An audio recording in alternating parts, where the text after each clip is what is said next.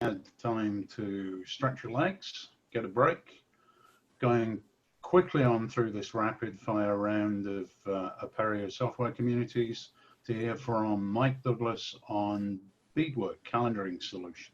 Thanks a lot, Mike. Hi, thank you. Thank you. Yes, so a quick run through of beadwork. I'm Mike Douglas of beadwork.com. We provide support for beadwork, and I'm the lead developer as well. So we'll give you a quick overview of where we are, of the features of beadwork, and then some of the recent activities that we've had with the project, and a quick word on what we hope to do in the near and distant future. So, overview. Beadwork's a standards compliant, open source, comprehensive calendaring and event systems. What we always say, we've been standards compliant from the start, and the main point of that is we want to be interoperable with clients and with the data. To help with that, we've been a member of CalConnect in one form or another, not CalConnect a form, us a form, for I think ever since CalConnect started. We joined as RPI, we've joined as Spherical Cow, and I'll probably be joining as an independent member soon. We've probably picked up the pace with releases in the last few couple of years, but this is a quick overview of how long we've been going. It's quite a while now. We're in use over 50 organizations. We believe. We haven't really counted them. It's hard to, because a lot of people use it and don't tell us. We'd like you to tell us. But onto the features. Beadwork is primarily we concentrate on public events calendaring, though we do provide all of calendaring and scheduling features. We'll deal with all of those as we go along. Here's a quick list of all the things. You see public calendaring tends to predominate, but we do have a full set of features for personal calendaring. I know some people use that. We've got a CalDAV server. In fact, the entire system is built around a CalDAV compliant backend. CalDAV is also provided. That provides you with address books, certain things, and we use that in both public events for, say, room directories, and we also use it in personal calendaring, obviously. We have a time zone server. There's a TZ-dist service, which we support, and various web APIs. Our approach is people should not be trying to grope around in the data. They should be using the provided services, web servers. We don't have much of an API for programming wise. I've always concentrated on the web services, but that could change over time. We have RESTful services. We've got SOAP, and I'm currently developing a new JSON-based representation and protocol. I'll mention that later.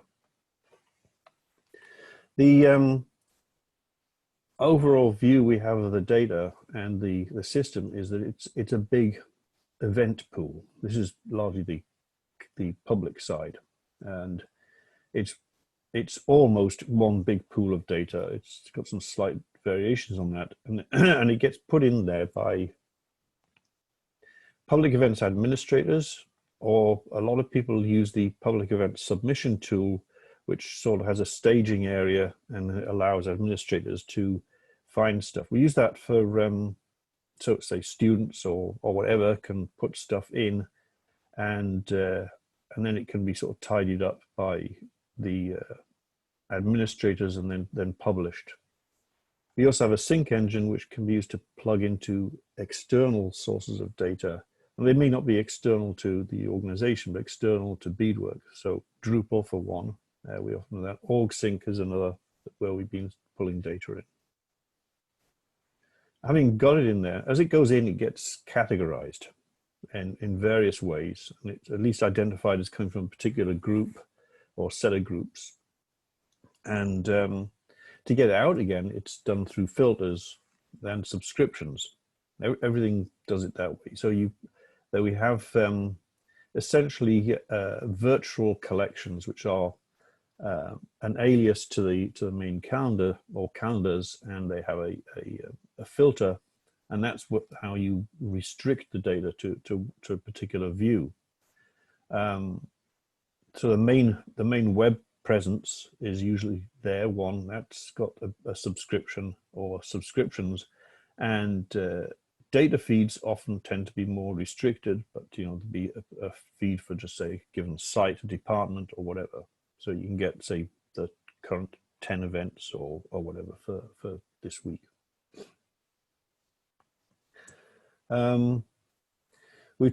We have the concept of calendar suites. When we first started with calendar suites, the idea was to they would be for large organizations in the university, like a school would have its own calendar suite. And there is at least one calendar suite, the main calendar suite, and that's represented here. These are the views, in some cases a couple of years old now, of some of the different sites that we've got running beadwork, and that's the main calendar suite view. In fact, at least at Yale, they started using calendar suites for small departmental things, and there were some benefits to that. So we're looking at a more lightweight approach to calendar suites. It allows you to have a whole bunch of administrative groups and so on. So there are some benefits to that. And our client is fully responsive, so you get quite a nice view on the phone and an iPad. And that's all been a lot of work that Arne's done for us. And there's 3 different calendars. We have a few more recent ones, but they all look like that. And Arne's done a lot of work recently on accessibility. I think we've gone beyond what's said here. I haven't managed to confirm with him, but recently we spent a bit of time working on the admin client as well. It was important that the admin client be accessible. I'm not sure that we've actually got that back into the main quick start, but that will happen it's either happened or will happen in the very near future. Okay, and we have, as I mentioned, we have complex filtering available, and this is how you generally produce a feed. I think I don't know whether it's visible on here, but somewhere in the top right of the display, there's a little button which says subscribe or export, and that will bring up the UI for building a feed, and it's basically what you do is you navigate to the view you want, then hit the button, and then it asks you some questions about exactly how you want the feed. Do you want it as just a feed URL, or do you want it as a widget? What format do you want the data in? Is it going to be limited by the number of events or by time or something like that? So you can say, give me all the events for this week or something of that kind. And then as you can see, there's a lot of options for the widget. And what you get is either a URL or a JavaScript widget you can embed on your site. And that's probably the most popular way of getting stuff out of beadwork is to embed it on a departmental site or something of that kind. Quick view of the client. It's got mostly what you expect. We've got an ever-growing set of tabs at the top there. There's the approval queue, which I mentioned before. It's just, well, that's actually a workflow thing. It's used for a couple of purposes. The pending queue is where things end up from the submission client. So an administrator would check that every so often. This is for a super user view, so there's a few extra tabs. There's the calendar suite, the users and system tabs are super user tabs. They allow you to manipulate various aspects of beadwork. This is a quick view of the event creation or update view. It's got sort of what you'd expect. We enforce a description. because people tend to be a little too terse. We enforce a location, we enforce contact, which is not a standard approach, but it's a good public events approach. We don't have people categorized directly. We have these things we call topical areas, which is what we call them from the start. They're really like virtual collections. We should probably rename them as such.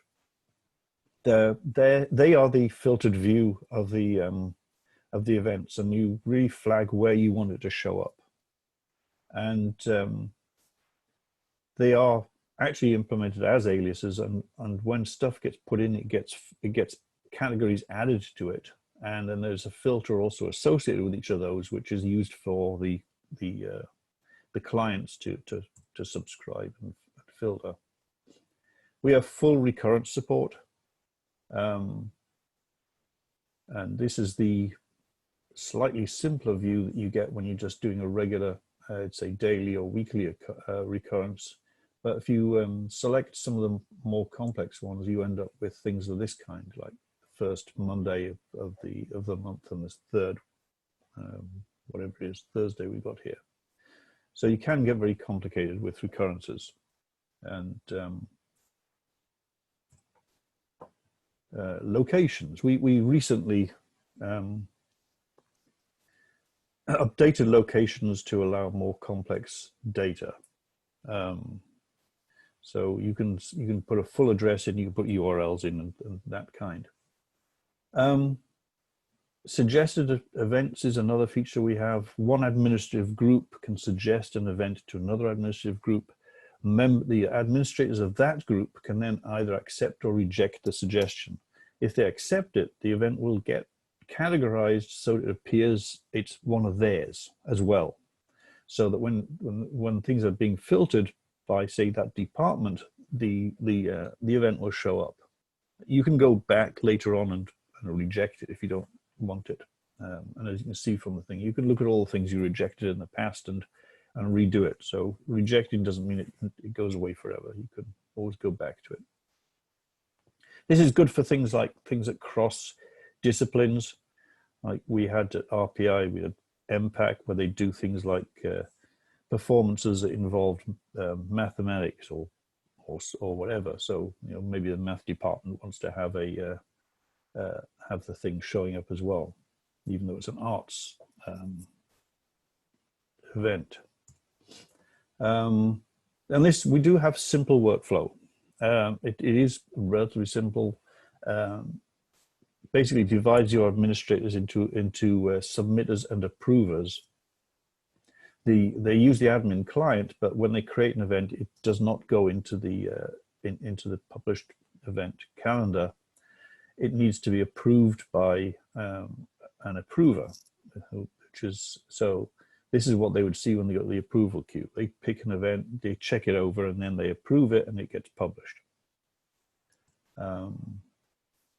We also have an event registration system, allows you to register for events, and it is possible to have it send notifications through email. It's not one of the easiest of things to set up because there's so many moving parts, but it has been used. I mentioned the sync engine, good way to get stuff in from things like Drupal or whatever. You feed the stuff in via it. It will pull stuff in iCalendar format, is how it was our first format. We've got an OrgSync plugin, and it has a plugin system for non-standard formats. So you could build a Java library and effectively register it with a sync engine, and it'll convert the data and pull it into the system. So very quickly over personal calendaring, because some people do use this. It's pretty standard. I won't say too much. We support CalDAV. We also support a SOAP, CalWS protocol, which I was part of, which is used for the smart grid, but it is a SOAP-based. It's a full calendaring protocol and format. This is the web client. It's fairly old. It could certainly do the refresh, but it's certainly had less attention than other parts of the system, but it does work, and it provides access to all the features of the system, including sharing and vPol, which I'll mention very briefly, but it is available via CalDAV. Beadwork does implement calendar sharing and notifications. It was the second system to do so. The first was Apple, and we implemented their stuff. We've got vPol, which is like Doodle, only not Doodle. And these are some various users. I'll move along fairly quickly through this because we're running low on time. And as I say, calendar sharing is available. What are the recent activities? Well, this is most of these slides were on produced, but we've changed this. Java 11 is now required. It was Java 8. That's the biggest change in the environment, and probably more extensive use of Elasticsearch. But I'm working on a scripted install to try and get away from having to download the entire quick start. There's a scripted install which downloads everything and builds. And very recently, as a result of the experience of trying to do that, I'm trying to build a no-build system which will pull stuff out of Maven Central. That actually works, but needs a little bit of tidying up. You download the script, you run it, it sucks down, it builds an entire quick start, including Wildfly. So you don't have to install anything except Elasticsearch, which really is very hard to install with a script.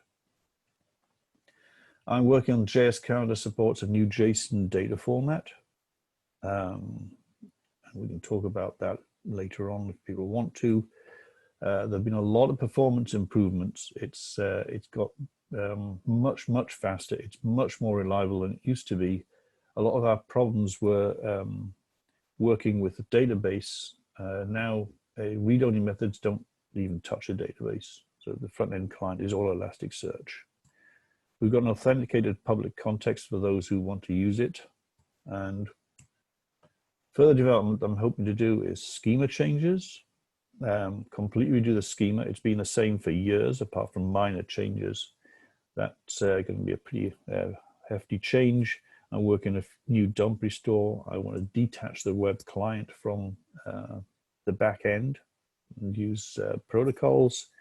And I'm always open to adding other desirable features if somebody wants to fund the work. Just a quick mention, we do provide commercial support with, I run a hosted service, but largely I'll set it up for people and get them going and leave them with a GitHub repository so they can easily update the system themselves. Doesn't take that long, but it's a lot quicker than trying to figure it all out yourself usually. And that's it. And thank you for taking a look at Beadwork. Thank you, Mike. And I know you've had a busy week because you've got Cal Connect conference this week also. Yes. We've got a minute or two. Just a quick question from Laura Geekler. If there's time, what's the stickiest use case Beadwork has ever been asked to support? In other words, what did the institution or administrator want to do and for what audience? We found that the Beadwork, the public side of Beadwork has been pretty much what everybody, there's very little work done on the public side. Most of the things that universities ask for are features on getting stuff into it. Administrative changes and obviously they like to have it customized. I should have highlighted the fact it's all got an XSL base, so it's very customizable for look. We try and discourage universities from completely rejiggering the front view because, in fact, the view we've sort of fastened on has been used by a number of places. So it's largely back-end work that they want. Integration with other sources of events. But we're open to anything. I mean, if people come with ideas that we've not thought of, it certainly it would be happy to try and accommodate.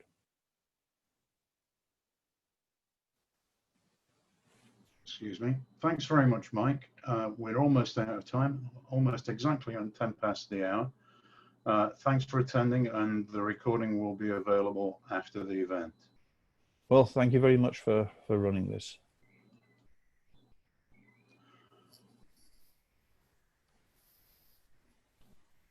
Thomas Muller is now about to give you the overview of Unitime, which is a comprehensive solution for scheduling classrooms and exams. Over to you, Thomas. Hello, I hope you can see me and my screen with the presentation. Can you hear me and see me and everything? Yeah, everything's perfect. Thanks, Thomas. Okay, good. So I have a lot of presents, so I get started. So this will be a presentation about the scheduling system Unitime. We will start with a short introduction of the system, followed by a few words about the current version of Unitime and our users base. And actually, do you see the presentation with the pictures on the right side, or can we just move them some? Okay, I hope it shows the presentation now. We can see the presentation. Yes, and I will also show a couple new features that have been recently added into Unitime. So let me start with just a single slide that tries to explain what all this is about. So with Unitime, we try to solve a number of hard optimization problems of assigning classes, exams, or students to times, rooms, classes, and so on. There are many constraints that must be followed, like that there should not be any conflicts for rooms or instructors. There are also many objectives we want to optimize, like faculty time or room preferences or minimization of possible student conflicts. All this is needed for various reasons. Among the most important is that we need for the students to be able to get the courses that they need and to be able to graduate in time. We may also need to use space or other resources more effectively. It also helps to make the process much easier to manage, and it could be more fair to all the interested parties, or it can help with various simulations. Using a tool like this may also help the university to better cope with any changes, including the recent COVID pandemic. So what's Unitime?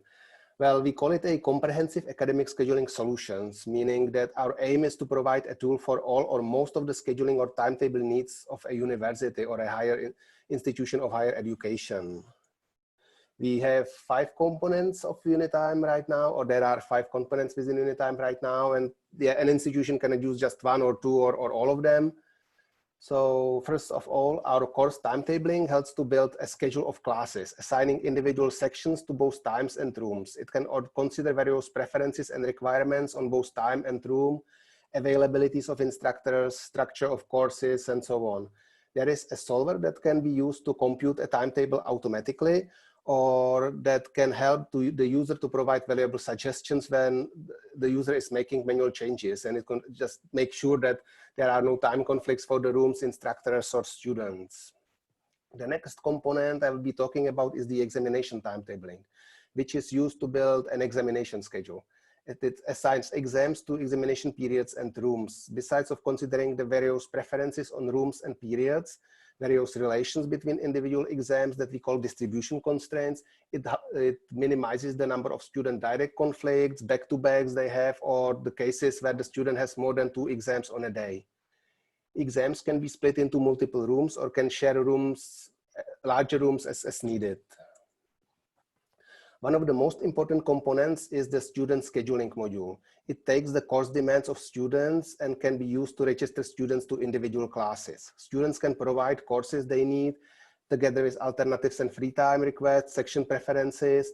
The system gives them a class schedule that best fits their needs.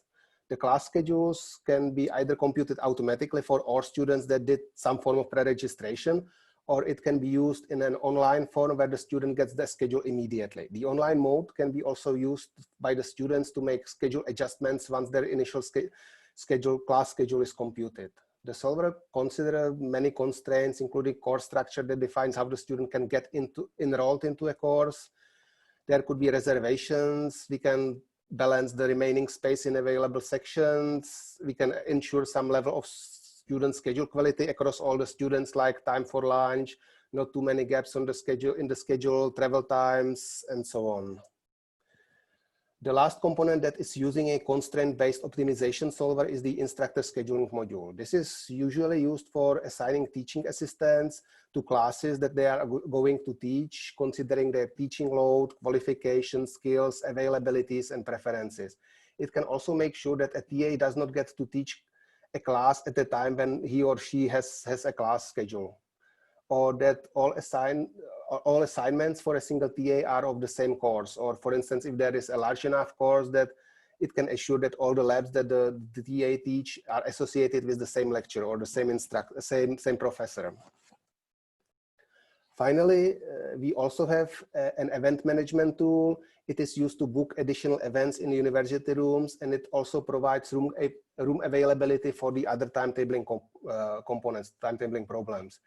It is also used to display a schedule of class for a student, for an instructor, or for a room that contains all the classes, exams, and it could also have course-related events that the instructors can set up, like help sessions and stuff like that.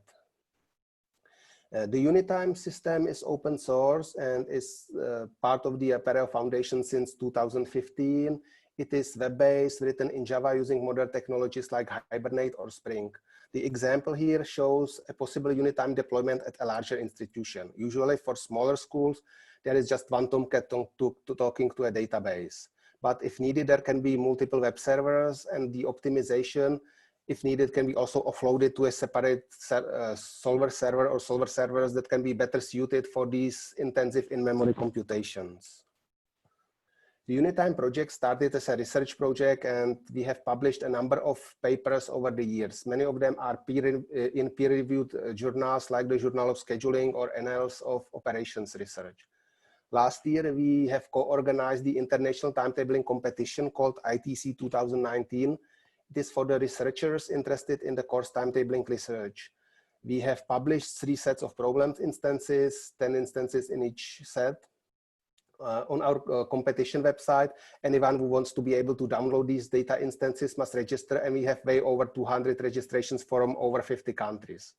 So far, at least 12 solvers have been developed by these researchers, and some results have been validated and uploaded on our competition website from these. So we know about them because they have validated their solvers, their solutions against our website. We have 5 finalists, and we have not published the winners yet because we are going to have an award ceremony on the September 2nd.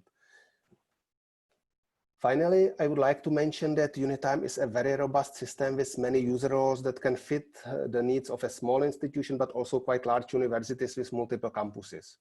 For example, when it comes to course timetable, both the data entry and the course timetabling can be distributed among individual departments or timetabling units. So for instance, each department can be responsible for its own timetable, while the system makes sure that any rooms that are being used across these departments or students or instructors are considered.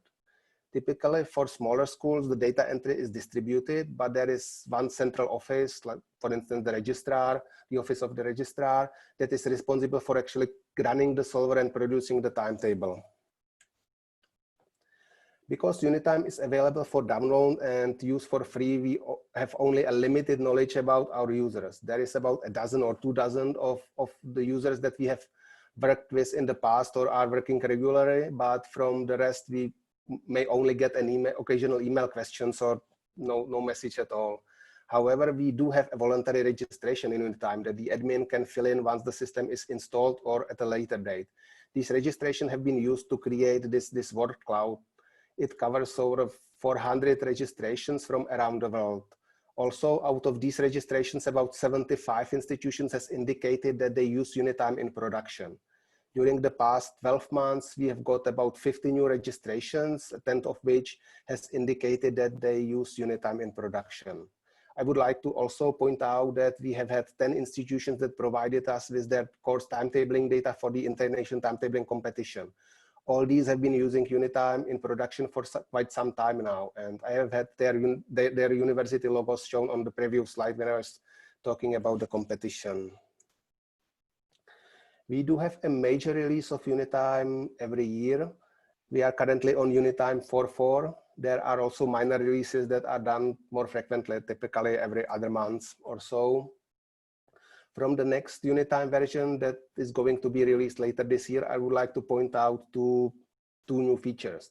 The first one is related to pre-registration and the ability for the advisors to record their recommendations on what courses a student can take within Unitime when they are meeting with the student. And the second one are a few improvements related to making massive changes to course timetable or student class schedules. A lot of that has been created due to the recent pandemic, as many institutions need to be able to de-densify their rooms in order to comply with various social distancing rules.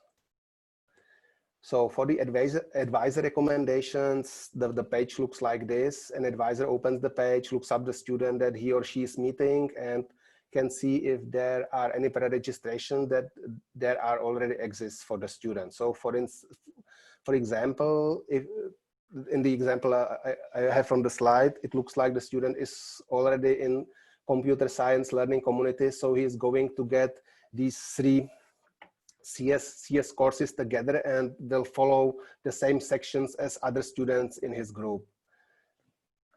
The advisor can fill in the course recommendations, which can also contain alternative section preferences and free times. It is possible to look up a course from our course catalog, and the credits automatically get populated. The advisor can also put additional notes. Once done, the form is submitted and a PDF report gets generated. It can be either emailed to the student, or if desired, it can be printed out and signed by both the advisor and the student. So after a student meets with his or her advisor, he or she opens the course request form, which is used to fill in the pre-registrations. It lists all the courses they want to take. They can, if there are advisor recommendations, it gets pre-populated with these advisor recommendations, and the student can make changes to them before submitting the pre-registration. If there are any registration errors like a departmental permission is needed, or a student does not meet all the prerequisite, the student can automatically request an override from this page. Such override requests get routed back to the advisor or someone else that can approve the override. As the students fill in their pre-registration, we can start running the student scheduling test runs. These can be very useful to detect any issues early, like when there is not enough space in a particular course, or when students are requesting course combinations that do overlap in time. The screenshot here shows an example with our written communication courses that are often too high on demand. We can also use student plans, degree plans of study to identify critical courses that is courses that are needed for the student in order to be able to make progress towards their degree. Students where such a course is identified as critical can then have a higher priority in getting the course. So if there are more students, then there is space in the course. We can make sure that the students that do really need them to be able to make progress will get it before the others. The advisor course recommendations can be also used when the scheduling is done and each student gets a schedule, or when there are students that do not use pre-registration and going straight from the advising to getting a schedule. The student scheduling assistant page that we use for these can also get automatically pre-populated with the courses that the advisor has recommended for the student. These advisor course recommendations feature has been already implemented at Purdue University starting this fall 2020 registration. While we are not done with the registration yet, the recommendations have been already filled in for close to 10,000 students at our university. Here is an example how the new rescheduling capabilities are being used at Purdue University. This is for the fall 2020 semester. Due to the COVID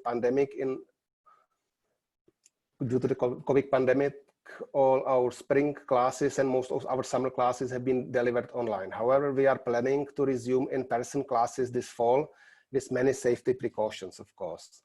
The biggest problem is that we already have a fall schedule which has been built before the pandemic, and most of the continuing students already have registered and have a class schedule.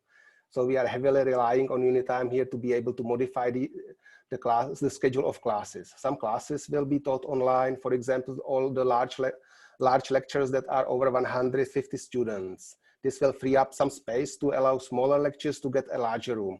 Some of the classes can also have an alternated attendance, meaning that, for instance, students attend the lecture in person every other week. Some classes, especially labs where we do not have a large enough special room, will need to add sections, and we will need to spread the students among the existing and the new sections. So from the Unitime perspective, all the rooms will get their capacities updated to meet the new social distancing guidelines. Many courses will have new sections added, room requirements may be modified, and we will be using the course timetabling solver to move classes between rooms while they'll keep their existing times. We will also use the student scheduling solver to rebatch the continuing students, where we will make sure that all these students will keep their existing courses that they are already enrolled in, and we will try to also keep their sections, the existing schedules as much as possible. The current plan is to have all the schedules updated by mid-July, which should give our students about a month to be able to see their class schedules and make adjustments during the open registration. So that's for the presentation. Before we get to the questions, I would like to know that we will also have a presentation later this week on Wednesday, and we will be talking more about using Unitime to make schedule changes, as well as to run various simulations and what-if scenarios. So are there any questions? I don't know how I get to the chat here. Thanks, Thomas. That was a very comprehensive overview in what I know is a highly compressed amount of time. Yeah, I've tried to cover all the functionality. Covered a lot. You covered a lot. We do have 2 or 3 minutes for questions. If anybody has a specific question for Thomas now, please post it either in Twitter or in the chat.